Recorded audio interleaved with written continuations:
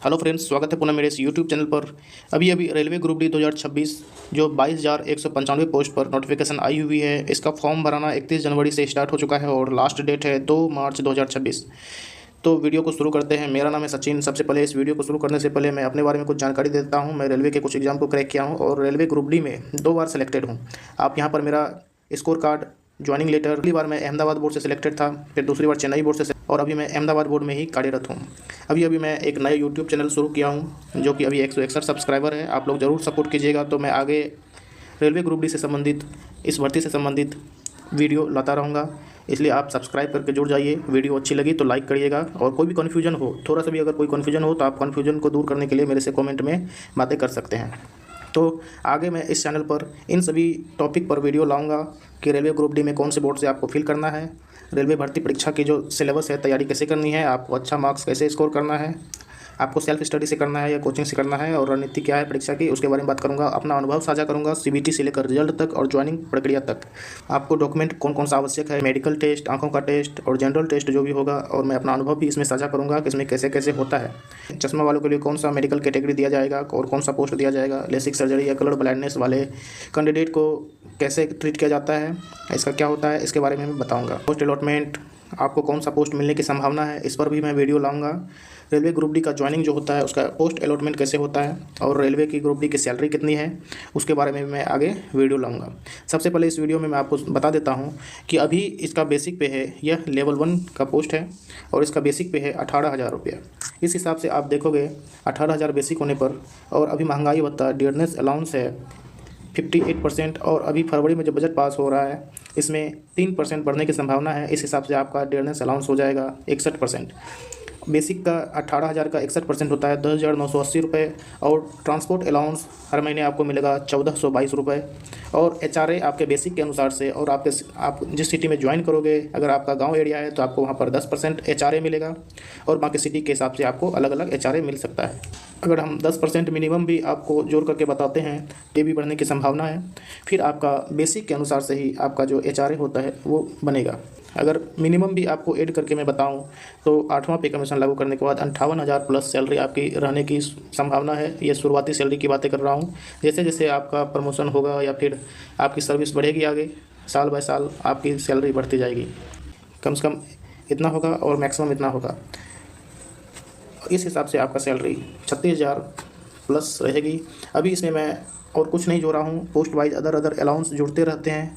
आपको dress allowance, TA travelling allowance, night duty allowance, risk and hardship allowance, get water allowance, cycle allowance, etc बहुत सारे allowance मिलते हैं जो आपकी सैलरी को और भी अच्छा कर देता है। ये सिर्फ जो कि मिनिमम रहता है उसके बारे में मैं बताया हूँ। बाकी ये सब जुड़ करके सैलरी और भी अच्छी हो जाती है। तो चलिए रेलवे ग्रुप डी का जो नोटिफिकेशन आया हुआ है उसके बारे में मैं आगे बातें करता हूँ। यहाँ पर आप नोटिफिकेशन देख सकते हो, लेवल 1 ऑफ 7th CPC। ये 7वां पे कमीशन के अनुसार से ही ये पे मैट्रिक्स आया हुआ है। अभी 8वां पे कमीशन लागू नहीं हुआ है, तो उसके अनुसार से देखते हैं। तो इसमें सबसे पहले आप देखोगे कि महत्वपूर्ण डेट 31 जनवरी 2026 से फॉर्म भरना स्टार्ट हो चुका है, और यह 2 मार्च 2026 तक फॉर्म फिल होगा। लेवल 1 की पोस्ट है, 18,000 बेसिक पे है। मेडिकल स्टैंडर्ड आगे मैं बताऊंगा। 18 से 33 ईयर इसका एज क्राइटेरिया है, और जो कि 1 जनवरी 2026 से काउंट होगा। इस फॉर्म को वही भर सकेगा जो कि इसमें जो एजुकेशनल क्वालिफिकेशन रखा गया है वो पास आउट है, उसके पास मार्कशीट सर्टिफिकेट हो तो ही वो भर सकता है। अगर कोई फाइनल ईयर में कैंडिडेट है तो वो नहीं भर सकता है। आपके पास एक एक्टिव मोबाइल नंबर और एक्टिव पर्सनल ईमेल आईडी होनी चाहिए, क्योंकि मोबाइल नंबर और ईमेल आईडी पर ही रेलवे अपना जो आगे का प्रक्रिया है, एडमिट कार्ड जारी करना, रिजल्ट जारी करना, आपको ज्वाइनिंग लेटर भेजना, वो सब आपके मोबाइल नंबर और ईमेल आईडी पर ही वह भेजता रहेगा। या आधार कार्ड से वेरीफाई करके आपको फॉर्म भरना है, जो कि एग्ज़ाम प्रक्रिया में एक पारदर्शिता लाती है। इस एग्ज़ाम में फिजिकल एलिजिबिलिटी टेस्ट के लिए आपको यहाँ पर 3 गुना स्टूडेंट को बुलाया जाएगा। 3 गुना स्टूडेंट फिजिकल देंगे। जो भी फिजिकल पास होंगे उसके बाद उसका मेरिट बनेगा और उसको शॉर्टलिस्ट किया जाएगा डॉक्यूमेंट वेरिफिकेशन के लिए। और डॉक्यूमेंट वेरिफिकेशन और मेडिकल के लिए 1:1, यानी जितनी पोस्ट है उतने ही कैंडिडेट को इन चरण के लिए बुलाया जाएगा। आपके एग्ज़ाम में नेगेटिव मार्किंग होगी, जो कि 1/3 है। मतलब 3 गलत करते हो तो एक सही आपका जो क्वेश्चन हो रहा है वो आपका माइनस हो जाएगा। फॉर्म भरते समय आपको विशेष करके ध्यान रखना है कि आपका नाम, फादर्स नेम, मदर्स नेम और आपका डेट ऑफ बर्थ और आपका जो भी 10th का सर्टिफिकेट है मार्कशीट के अनुसार से ही होना चाहिए। इसमें कोई भी अंतर नहीं होना चाहिए, नहीं तो अगर आपके 10th के सर्टिफिकेट में जो है उससे भिन्न पाया जाएगा, नाम, father's name, mother's name, date of birth आदि, तो आपका कैंडिडेचर कैंसिल कर दिया जाएगा। आप भले ही कितना अच्छा स्कोर किया हो, आपका मेडिकल, फिजिकल कितना भी अच्छा हो, आपको प्रक्रिया से बाहर कर दिया जाएगा। यहाँ पर मेडिकल स्टैंडर्ड दिया गया है A2, A3, B1, C1। इसके बारे में मैं आपको अगले वीडियो में बताऊंगा कि ये क्या होता है, इसमें क्या क्या टेस्ट होता है, ताकि आप अच्छे से क्लैरिटी से अपना मेडिकल स्टैंडर्ड के अनुसार से पोस्ट प्रेफरेंस दे सको। पहले के वैकेंसीज़ में लेसिक सर्जरी जो भी कैंडिडेट करवाता था तो उसको बाहर कर दिया जाता था, लेकिन अब क्या किया है, लेसिक सर्जरी कराने वाले, लेसिक सर्जरी आँखों का होता है जो कि अपना विजन बढ़ाने के लिए कई कैंडिडेट कराता है। पहले बाहर कर दिया जाता था, लेकिन उसको अब बाहर नहीं किया जाएगा। उसको सिर्फ A2 और A3 मेडिकल स्टैंडर्ड नहीं दिया जाएगा, उसके अलावा जो है B1, C1 ये सब मेडिकल स्टैंडर्ड दे करके पास कर दिया जाएगा। एज लिमिट की बातें करें तो नॉर्मली 18 साल से 33 साल इसका एज लिमिट रखा गया है। यहाँ पर आप देख सकते हो 18 से 33 ईयर एज लिमिट है। UR और EWS जो जनरल कैटेगरी के हैं और EWS कैटेगरी के हैं, इकोनॉमिकली वीकर सेक्शन, उसके लिए डेट ऑफ बर्थ का क्राइटेरिया रखा है कि 2 जनवरी 1993 से ऊपर का उम्र ना हो। और OBC नॉन क्रिमिलेयर के लिए डेट ऑफ बर्थ का क्राइटेरिया है 2 जनवरी 1990 से ऊपर का डेट ऑफ बर्थ ना हो। और SC ST के लिए डेट ऑफ बर्थ का क्राइटेरिया है 2 जनवरी 1988 से ऊपर का डेट ऑफ बर्थ ना हो। इसमें रिजर्व कैटेगरी के लिए एज रिलैक्सेशन दिया जाता है। OBC के लिए यहाँ पर 3 साल का, SC ST के लिए 5 साल का एज रिलैक्सेशन दिया जाता है। सभी कैंडिडेट के लिए एग्जामिनेशन फ़ी रखा गया यहाँ पर 500 रुपया। 500 रुपया में आपको 400 रुपया जब आप CBT एग्ज़ाम में अपीयर करोगे, CBT एग्ज़ाम आप कंप्यूटर बेस्ड एग्ज़ाम आप दोगे तो 400 रुपया आपके अकाउंट में पुनः रिफ़ंड हो जाएगा और आपका फ़ीस मात्र 100 रुपया ही हो जाएगा। अगर आप SC ST, ex serviceman, PWD, female या ट्रांसजेंडर या माइनॉरिटी या EBC, यहाँ पर इकोनॉमिकली बैकवर्ड क्लास जो है, अगर वो कैंडिडेट हो तो आपको फॉर्म फीस 250 रुपया ही लगेगा और जब आप एग्ज़ाम में अपीयर होगे, एग्ज़ाम दोगे तो ये 250 भी आपके अकाउंट में फिर से पुनः वापस आ जाएगा। एक चीज़ आपको बिल्कुल अच्छे से ध्यान रखना है, अगर आप EBC, अगर आप इकोनॉमिकली बैकवर्ड क्लास से हो तो आपको आपका फैमिली इनकम सालाना 50,000 का बनवाना होगा। इन सभी अधिकारियों में से किसी के पास से इशू हो या आपके पास BPL कार्ड हो तो भी आप इसका फ़ायदा ले सकते हो। इसका सिलेक्शन प्रोसेस में सबसे पहले आपको CBT एग्ज़ाम देना पड़ेगा। CBT एग्ज़ाम में पास हो जाओगे तब फिजिकल एग्ज़ाम के लिए आपको बुलाया जाएगा। अब इसमें भी पास हो जाएगा तो फाइनल मेरिट दिया जाएगा। मेरिट में भी अगर आपका नाम आ गया तो आपको डॉक्यूमेंट वेरिफिकेशन और मेडिकल के लिए बुलाया जाएगा। अगर डॉक्यूमेंट वेरिफिकेशन, मेडिकल क्लियर हो जाएगा तो आपकी ज्वाइनिंग करा दी जाएगी। इसमें 90 मिनट का समय दिया जाएगा और 100 क्वेश्चन रहेंगे, टोटल 100 क्वेश्चन रहेंगे जो कि 1.5 घंटे में आपको सॉल्व करने हैं।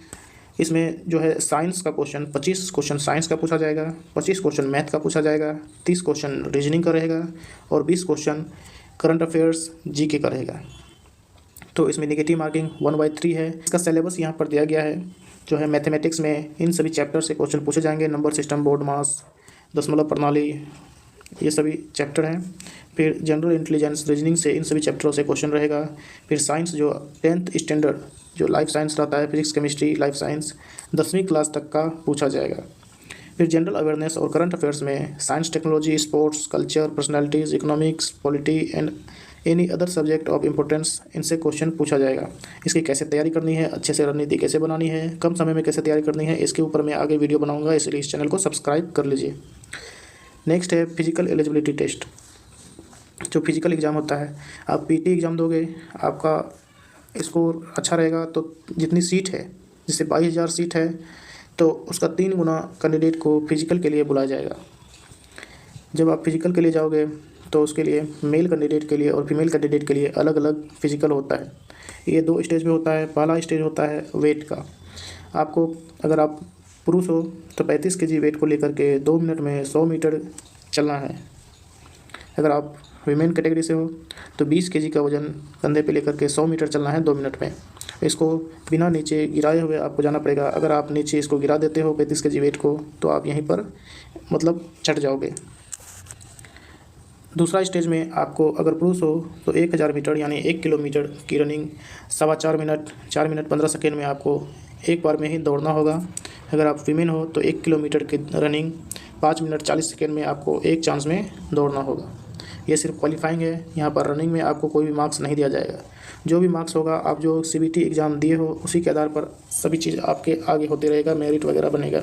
इसीलिए आप कोशिश करिएगा कि CBT एग्ज़ाम बेहतर से आप दो और अच्छा स्कोर करो। नेक्स्ट है, अगर आप PWD कैंडिडेट हो तो फिजिकल नहीं देना है, डायरेक्ट आपको मेडिकल एग्ज़ाम के लिए बुलाया जाएगा। और अगर आप एक्ट अप्रेंटिस कैंडिडेट हो, CA कैंडिडेट हो तो भी आपको फिजिकल एग्ज़ाम नहीं देना है। ट्रांसजेंडर कैटेगरी के जो कैंडिडेट फॉर्म फिल करेंगे उसको भी PET एग्ज़ाम में जो वीमेन का क्राइटेरिया है फीमेल कैटेगरी के लिए उसी को आपको PET में लिया जाएगा, यानी 1 किलोमीटर की दौड़ 5 मिनट 40 सेकेंड में। फिजिकल के बाद आपको डॉक्यूमेंट वेरिफिकेशन और मेडिकल एग्जामिनेशन के लिए बोला जाएगा। 1:1 कैंडिडेट में जितनी पोस्ट है 22,000 अगर पोस्ट है तो 22,000 कैंडिडेट को ही डॉक्यूमेंट वेरिफिकेशन के लिए बुलाया जाएगा। अब यहाँ देख सकते हो एजुकेशनल क्वालिफिकेशन, जिसमें ही लिखा हुआ है कि आपके पास 10th का सर्टिफिकेट, अगर आप सिंपल 10th किए हुए हो तो भी आप फॉर्म भर सकते हो। अगर आप 10th के साथ ITI किए हुए हो तो भी आप फॉर्म फिल कर सकते हो। अगर ITI के बाद अगर अप्रेंटिस किए हुए हो CA का पोस्ट, वो भी रेलवे से, ना कि किसी और डिपार्टमेंट से अप्रेंटिस, तो भी आप फॉर्म भर सकते हो। सिंपल 10th अगर आप भर सकते हो, सिंपल 10th और आपका 18 साल हो गया है तो इस फॉर्म को आप भर सकते हो। पोस्ट की बातें करें तो इसमें 14 कैटेगरी का पोस्ट इसमें निकाला गया है। पहला है assistant TRD, assistant operational electrical, assistant TL and AC, assistant SNT, pointsman B, assistant track machine, track maintainer 4, assistant bridge, assistant CNW, assistant loco shed electrical, assistant PWay, assistant operation electrical, assistant loco shed electrical, assistant SNT। इन post wise अलग अलग medical standard खोजा जाता है, जिसके बारे में अगले वीडियो में मैं बातें करूँगा। चलिए उसके बारे में डिटेल में जानकारी अगली वीडियो में मैं दूंगा और सबको काउंट करके मैं बताऊंगा कि आपको कौन सा पोस्ट और उस जोन का मैं कटअप भी बताऊंगा कि आपके लिए कौन सा जोन बेहतर रहेगा। इसलिए आप इस चैनल को सब्सक्राइब कर लीजिए। धन्यवाद।